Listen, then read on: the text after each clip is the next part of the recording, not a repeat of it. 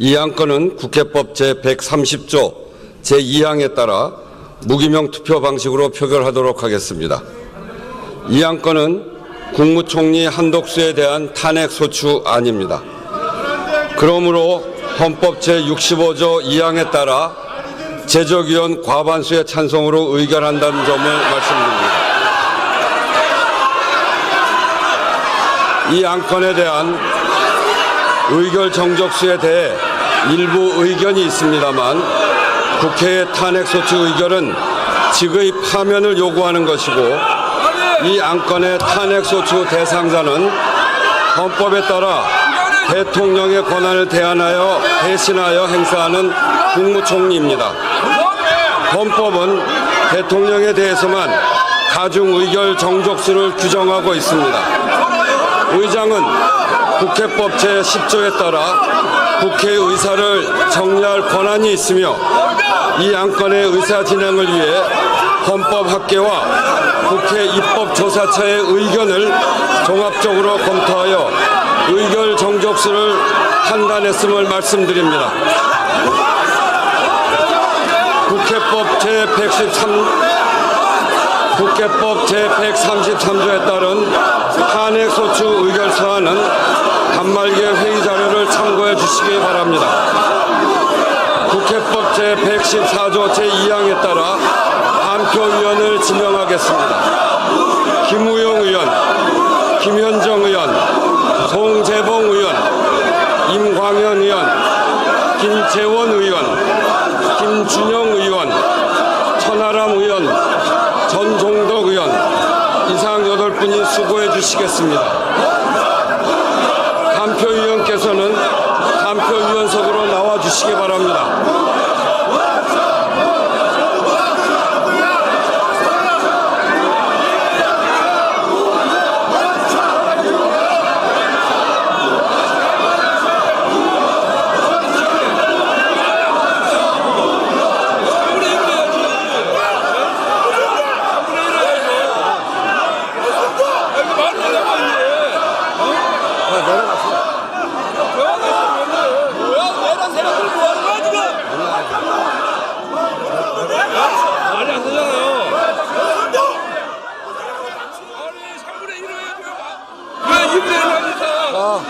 조용히 해보세요. 조용히 해보세요. 조용히 해보세요. 조용히 해보세요. 국회의장이 충분히 검토한 사안이니까 국회의장은 의사를 정리할 권한이 있습니다. 국회의장 권한으로 합법적으로 한 것이고 이것은 헌법학계와 그리고 여러 검토를 충분히 하고 한 것입니다. 들어가시죠.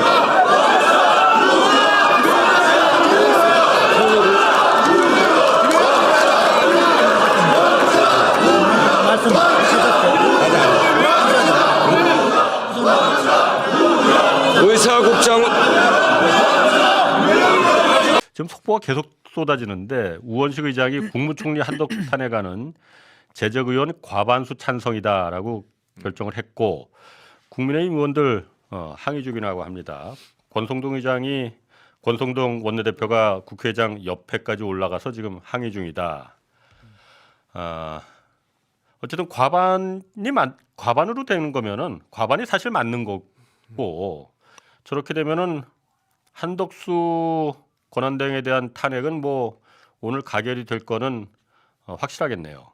확실하죠. 근데 지금 보니까 국회에서 과거에 동물국회로 지금 돌아가고자 하는 아주 위험한 시도가 나오는 것 같고요. 지금 뭐 국회의장석을 향해 가지고 국민의힘 의원들 떼거지로 몰려나와 가지고 지금 소리를 저렇게 지르면서 오른쪽 손바닥 주먹을 쥐고 이러고 있는 모습이 보이는데 아니 정말 무슨 법위에 있습니까? 뭐 무법자입니까? 아니 그리고 저당 안에 지금 얼마나 많은 법률가들이 있고 또 국민의 대표 기관인 헌법기관인 국회의원들이 본인들이 만든 법을 지금 저렇게 정면으로 어기는 모습을 또 체증다대고 있거든요. 네. 저는 저것 부분도 저는 고발해서 다 전 사법 처리해야 된다고 보고 지금 거의 집단적으로 이성이 마비된 상황 아니냐. 예. 그래서 저는 아까 우리 김영남 의원님 말씀 들으면서 생각난 게 왜 성렬 수호를 하면요. 예. 왜 전두엽에 마비가 옵니까? 운해와 잔해가 뒤섞이는 아, 것인지 예. 아까 그 헌재 그 오늘 첫 번째 변론 준비 기일에서도 변호인단이 나와가지고 하는 말들과 주장 들어보면 어처구니 없는 얘기들만 하고 있어요. 반박을 할 필요를 못 느끼는 얘기들이거든요. 지금 뭐 권성동 원내대표를 비롯한 국민의힘의 주장도 매우 유사하다 이렇게 봅니다. 지금 속보가 계속 나오는데 그 검찰발 속보가 계속 나옵니다. 윤석열 씨가 그날 이제 그 비상계엄이 해제가 되더라도 2번, 3번 계엄령 계속 선포해라 이렇게 진행하라고 지시를 했다고 검찰발 기사가 나왔네요.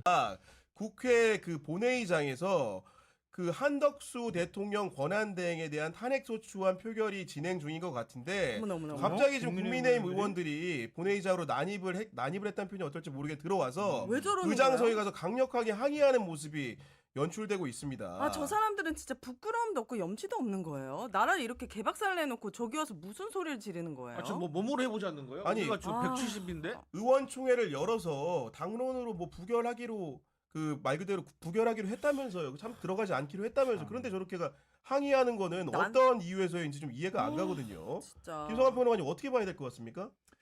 저렇게 액션을 취하려고 하는 거죠. 그래서 일종의 국민들이 한독수 권한대행을 탄핵했을 때 어떻게 될까라고 하는 불안감들이 있잖아요. 그 불안감을 조성하는 거죠, 오히려. 네. 그래서 더 일단 자기들이 저항한다는 모습보다는 오히려 국민들한테 불안감을 조성해서 네. 민주당이 또 다른 어떤 것들을 할 때, 행위를 할 때 네. 국민들한테 불안감을 조성하면 나중에 가서 내란을 일으켰다는 사실 자체도 국민의 머릿속에 있게 만드는 그런 네. 효과를 누리는 거예요. 와. 우리 정치학 교과서나 심리학에도 다 나오는 거지만 진실과 거짓을 구분하지 못하게 만드는 게 최고의 전략이거든요. 근데 그런 게 통하는 거는 진짜 극우들한테나 통하는 거지. 대다수의 국민들이 지금 분노를 하고 있고 매일 아스팔트에서 이렇게 막 네. 정의를 외치고 있는데 저런 게 통할 거라고 믿는 겁니까? 아니 그리고 자당의 후보로 선출된 대통령이 국회를 문 닫게 하려고 했는데 이제 관련해 가지고 그런 것 때문에 지금 권한대행에 대한 탄핵도 이어지고 있는 상황인데 그걸 두고 국회 안에서 저렇게 항의하는 모습이 너무 역설적이지 저 않습니까? 권선동 저 사람은 지금 올라가네. 국회의장 위에까지 올라와가지고 의장석까지 지금 올라와서 의사 진행을 방해하는 경우가 우와. 연출되고 있고 진짜 뭔가 굉장히 어색한 팔뚝질과 함께 지금 국민의힘 의원들이 강력하게 지금 항의를 하고 있는 상황인데 강성희 평론가님 저런 경우에 어떻게 진행이 되는 겁니까? 국회에서? 제가 말씀드렸잖아요. 극단적인 소수가 다수를 지배하려고 하는 저런 기이한 현상이 맞아요. 딱 저대로 보이는 거예요. 음. 민주당이 172석, 국민의힘이 108석. 지금 뭐 네. 힘으로 해보자는 거예요 지금? 그러니까 안 되는 우리 거 지금 알면서. 반이나 조금 되는 사람들이 말이야. 그러니까 저런 것들은 자기 지지자들을 결집해가지고 뭔가 보여주려고 하는 거예요 지금. 웃기네. 사진 한 컷 나와가지고. 대통령 탄핵소추 때도 저렇게 안 하던 게 아니, 갑자기 그러니까요. 권한대행 네. 탄핵소추 한다니까 나와가지고 저렇게 하는데 저걸 네. 뭐라고 봐야 돼? 그러니까 지금 약간 힘을 얻은 거예요. 자기들끼리. 네. 단합하니까 뭔가 되네. 네네. 그래서 그 데일리안이 공정에 의뢰가지고 조사한 그 여론조사 결과가 있잖아요. 그 네. 결과에서 윤석열 대통령 지지율이 올라갔다는 거 아니에요? 자, 국회의장 단호했습니다. 우원식 국회의장 헌법과 법률에 따라서 국무총리에 대한 탄핵 과반으로 된다고 법적으로도 그렇고 헌법학계의 의견 일부 이견이 있지만 그것은 전체 의견일 수 없다고 명확하게 말하고 있고요.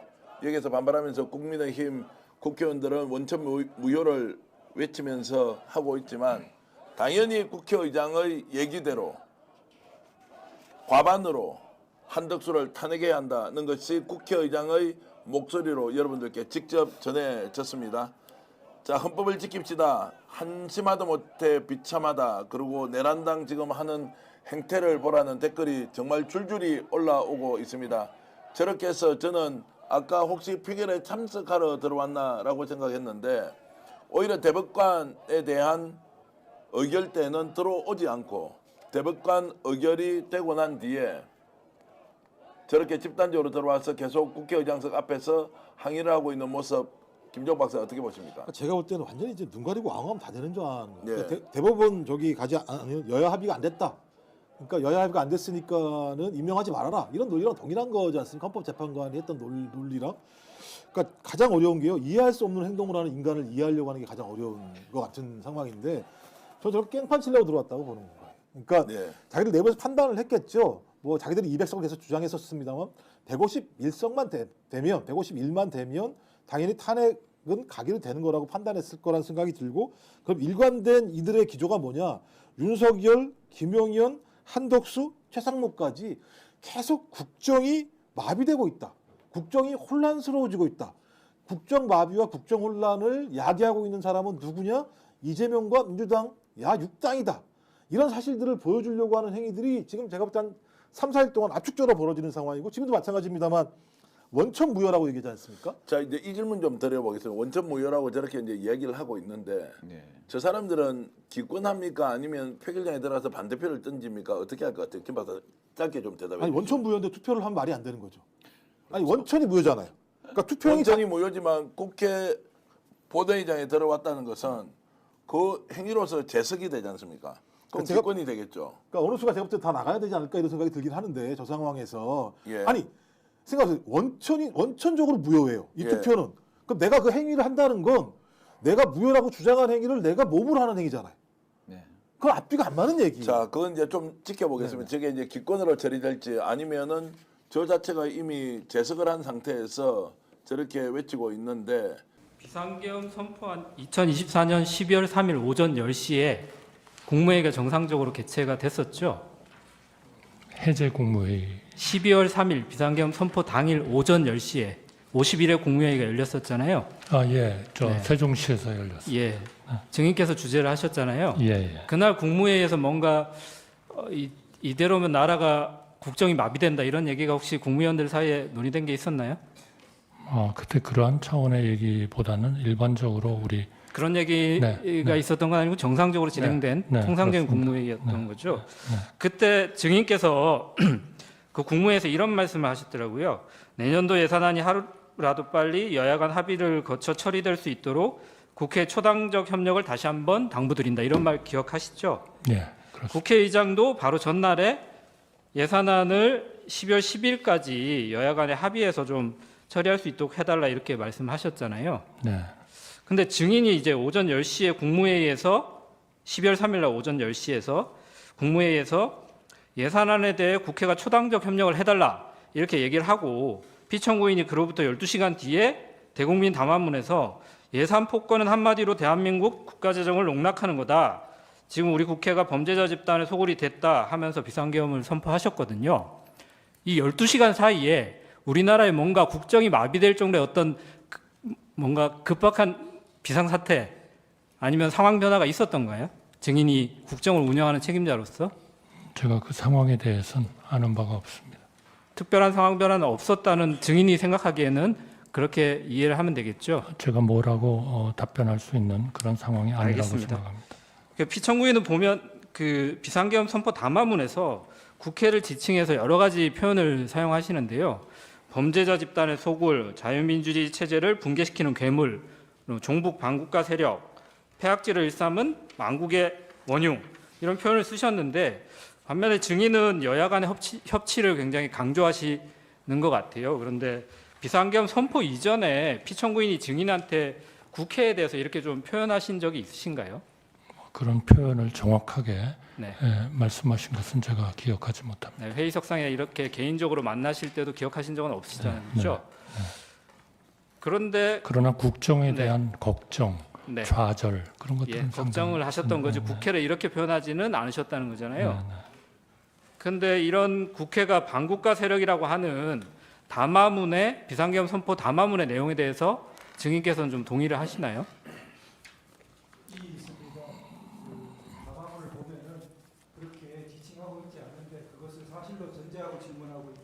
다른 이가 돼야 될 것 같습니다. 다른 거 물어보시죠. 예, 알겠습니다. 담화문 한번 나중에 읽어보시면 될 것 같고요.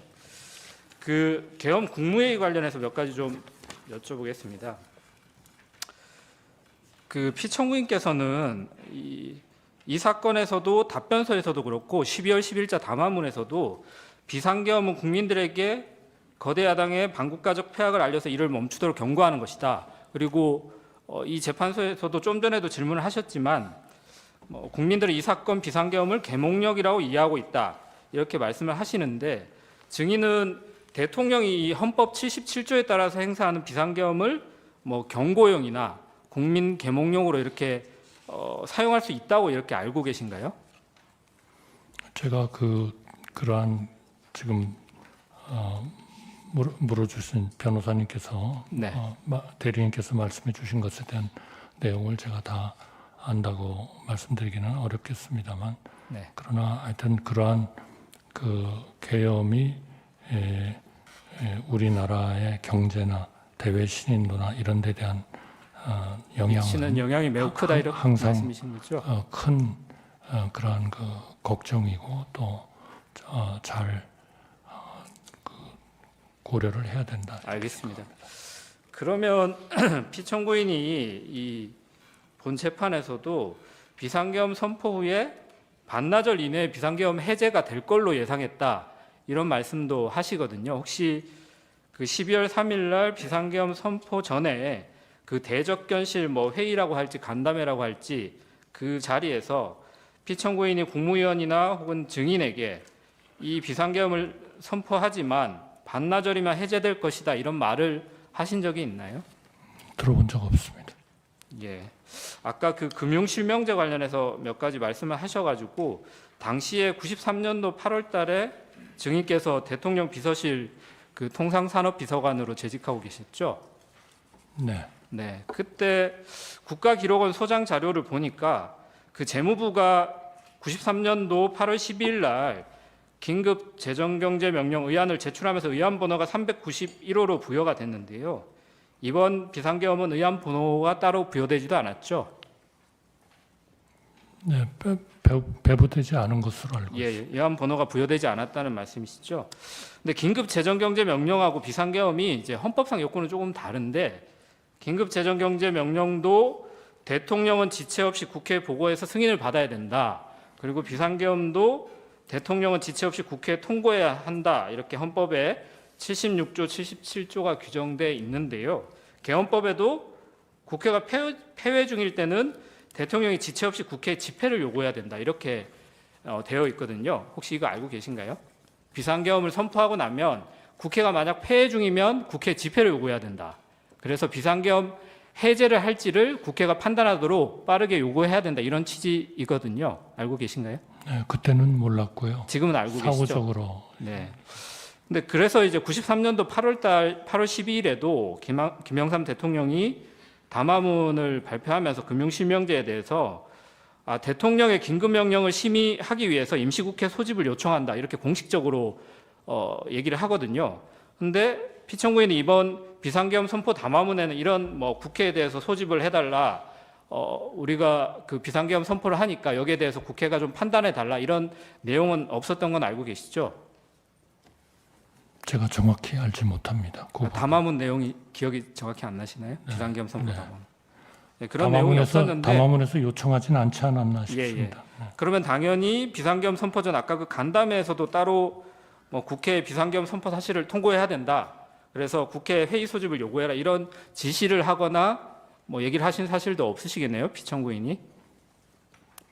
저는 그 지시를 받은 바가 없습니다. 예, 알겠습니다.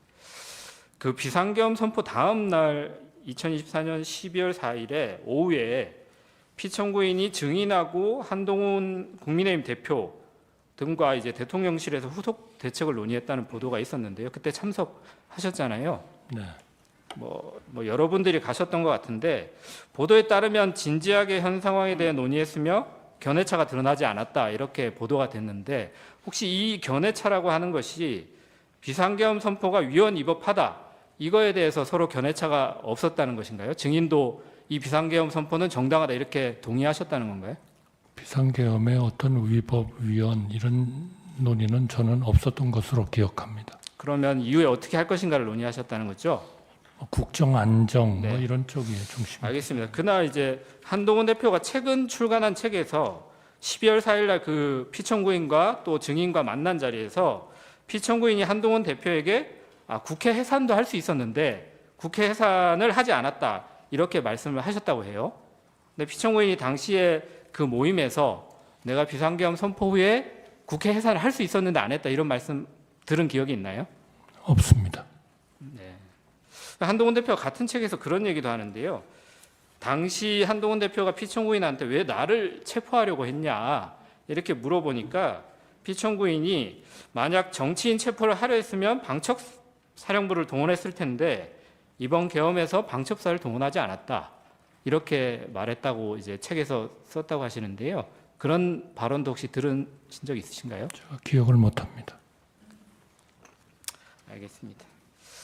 그 증인이 2024년 12월 11일 국민께 드리는 말씀에서 증인께서는 비상계엄 선포에 일관되게 반대했지만 막지 못했다. 그래서 깊이 자책하고 있다라고 했는데 비상계엄 선포 후에도 피청구인이 탄핵되기 전까지는 뭐 많은 시간이 있었잖아요. 그 시간 동안 피청구인한테 비상계엄 선포가 좀 잘못됐다 이런 내용에 대해서 정식으로 좀 의견을 말씀드린 적이 있으신가요? 이미 해제가 됐기 때문에 네. 그러한 논의는 많이 하지 않았습니다. 아예 논의 자체를 안 하셨다는 건가요? 그때의 가장 중요한 거는 어떻게 하면 수습을 할 건가 이런 재정, 문제였다는 거죠. 경제 이런 알겠습니다. 쪽에 그러면 수습을 할 거냐. 증인이 어제 열린 증인에 대한 그 탄핵 심판 변론기일에서도 비상계엄 선포 당시 피청구인을 설득하지 못해서 국민들한테 송구하다 이런 말씀도 하셨는데요. 증인이 생각하기에 당시에 피청구인을 좀 설득하지 못한 이유가 어떤 거라고 생각하시나요? 글쎄요, 대통령에 대한 그런 그 소위 나라를 구해야겠다는 그 의지 이런 것들이 결국 강했기 때문에 설득하지 못했다. 우리가 설득을 못한 거 아닌가 그렇게 생각합니다. 근데 이제 피청구인은 증인께서는 이제 비상계엄이 뭐 절차적 실체적 흠결이 있다 이런 정도의 표현을 하시면서 당시에 반대했다고 하시는데 피청구인은 그 이후에도 그렇고 이 법정에서도 그렇고 여전히 이제 야당의 폐악질로 국정이 마비가 돼서 비상계엄 선포한 행위가 정당하다 이렇게 주장을 하고 계시는데 증인이 이런 피청구인의 입장에 대해서 향후에 이렇게 다시 동일한 방법으로 설득이 가능하실까요? 그 문제에 대해서는 제가 뭐 답변 드리는 게 적절하지 않을 것 같습니다. 네, 알겠습니다. 제가 예산 관련해서 아까 증인이 말씀하신 부분이 있어서 지난번 그 경제수석 나오셨을 때도 동일한 말씀하셔서 제가 좀 놀랐는데요. 그 아까 원전 생태계 예산이 야당이 삭감을 했다. 이거 누구한테 보고를 받으신 걸까요? 제가 지금 두 가지를 네. 말씀을 드린 겁니다. 그러니까 그 차세대 네. 원전 개발 관련 예산, 알겠습니다. 그러면 그리고 제가 원전 생태계 지원 예산. 지난번에 그 산자부 장관이 국회 산자위에 2024년 12월 19일 출석해서 한 내용에 대해서 그 경제수석에도 말씀을 드렸는데 당시에 산자부 장관이 국회에 나와서 야당이 원전 생태계 지원 예산을 삭감하고 체코 원전 수출 지원 예산은 무려 90%를 깎아버렸다 이렇게 담화문에 12.12 담화문에 기재되어 있는데 산자부 장관이 이에 대해서 산업부의 원전 관련된 예산은 4,887억 그대로 있다. 대통령의 담화문 내용은 잘못된 것이다. 라고 이렇게 발언한 내용은 알고 계신가요? 뭐 제가 알고 있지 못합니다. 네, 이 부분은 좀 확인을 해주셔야 될 것 그러나 같고요. 요 부분은 네. 아니 그러니까 원전 확인을- 생태계 관련 예산이 제가 네. 그래서 아마 프로젝트가 여러 개가 있었을 텐데요. 그러니까 산자부 장관이 한 차수도- 발언에 대해서는 한번 차후에 한번 확인을 해보시면 네, 좋을 것 그렇게 같고요. 하겠습니다. 그 피청구인의 그 12월 3일 담화문하고 12월 10일 담화문은 혹시 누가 쓴 건지는 알고 계신가요? 그거는 모르겠습니다. 통상 이 메시지 비서관이 이 담화문을 쓰나요? 그거는 제가 알지 못합니다. 아니 왜냐하면 이 지금 담화문에 있는 여러 가지 예산 삭감과 관련된 내용이나 간첩법 개정에 관련된 내용이나 국가보안법 이번 22대 국회에서는 국가보안법 관련된 개정 법률안은 하나도 나온 것이 없거든요. 근데 폐지까지 시도하고 있다. 이런 잘못된 팩트에 기반한 담화문들이 대통령의 담화에서 계속 반복되는데 이 부분에 대해서 증인께서도 대통령 권한대행을 얼마 동안 하셨잖아요. 그러니까 대통령에 대한 보고 논의 체계에 대해서 한번 점검하신 적이 없는지를 여쭤보는 거예요. 네, 저는 뭐 드릴 말씀이 없습니다. 알겠습니다. 그러면 증인께서 노무현 정부 시절에도 국무총리를 하셨고 뭐 경제부 총리도 하셨는데 그때는 야당이 지금과 달리 굉장히 협력적이었던 건가요? 정치적 상황은 엄청 달랐다. 저는 그렇게 느낍니다. 근데 그때도 여소야대 상황이 있었고 마지막 증인이 국무총리를 하실 때도 거부권 2번 행사하셨잖아요. 제가 그걸 지금은 기억을 기억 못 못하겠습니다. 하시나요? 근데 그때는 비상계엄을 하지 않으셨는데 지금은 비상계엄을 한 거에 대해서 따로 하실 말씀 있으실까요? 그러나 하여튼 그때는 국민연금 개정안까지 여야 합의로 통과가 됐고요. 그다음에 그 사학법 굉장히 알겠습니다. 아까 저 피청구인 쪽 주신문에서 지금 탄핵이 국무위원에 대한 탄핵도 여러 명 지금 진행 중이어서 현재 국무위원이 16명밖에 안 된다 그러셨죠.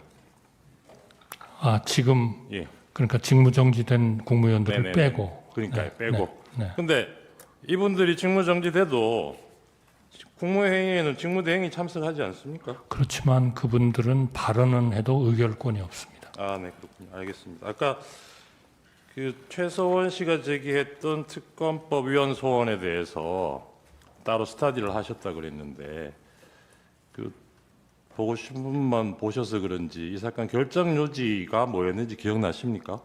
네, 결정 요지를 네. 저희가 읽었다고 생각합니다. 예, 결정 요지에 보시면 사건의 특수성, 수사 대상과 인명 관여 주체와의 관련성, 그 정도, 그리고 특검의 독립성, 중립성 확보 방안 이런 것들을 여러 가지 고려를 해서 국회가 입법 재량에 따라 결정할 사항이다.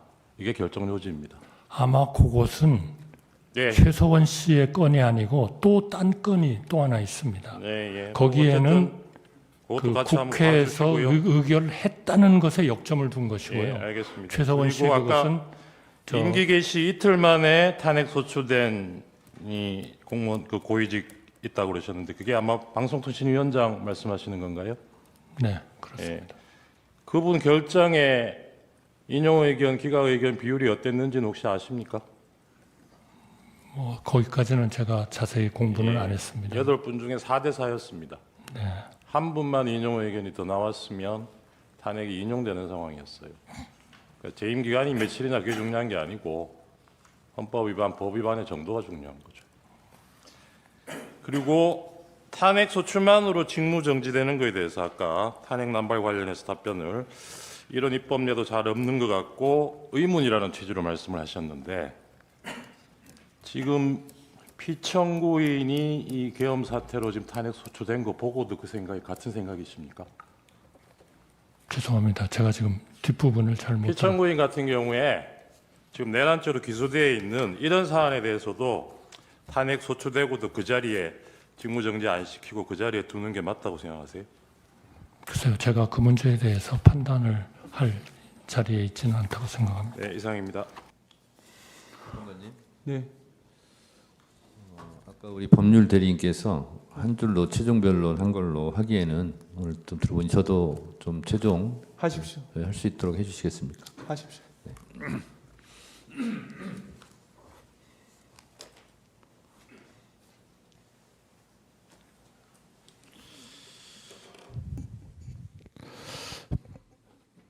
피청구인께서는 여야 합의를 강조하시면서 실제로 특검 법안도 그리고 또 헌법재판관 임명도 여야 합의라는 헌법에 존재하지 않는 논리를 대고 있습니다.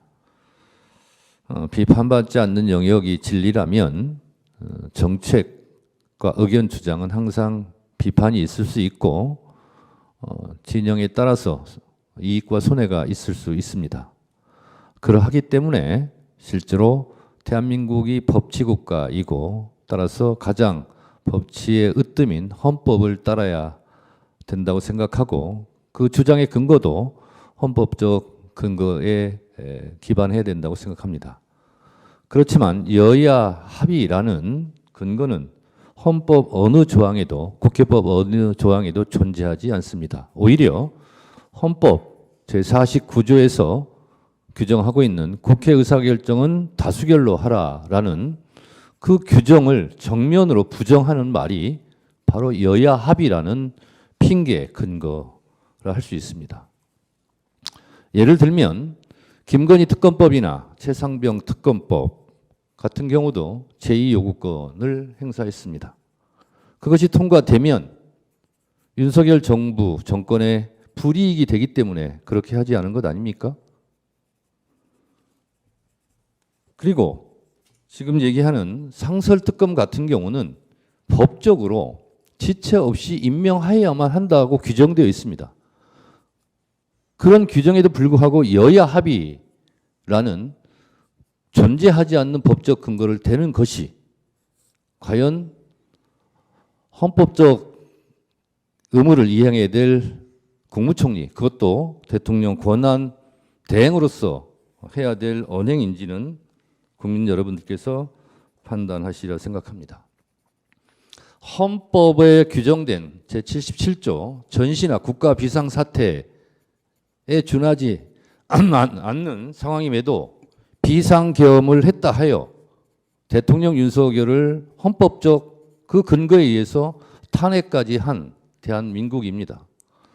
그 이후에 그런 혼란한 상황을 지혜롭게 수습해야 될 대통령 권한대행께서 헌법적 근거 없는 여야 합의를 계속 주장한다는 것은 헌법기관의 하나인 일수돼 있는 대통령 권한대행으로서 해야 될 주장은 아닌 것으로 생각합니다. 또한 헌법재판관을 임명하지 않는 것은 헌법재판소법에서 규정하고 있는 의무를 이행하지 않았다라고 생각합니다. 만약에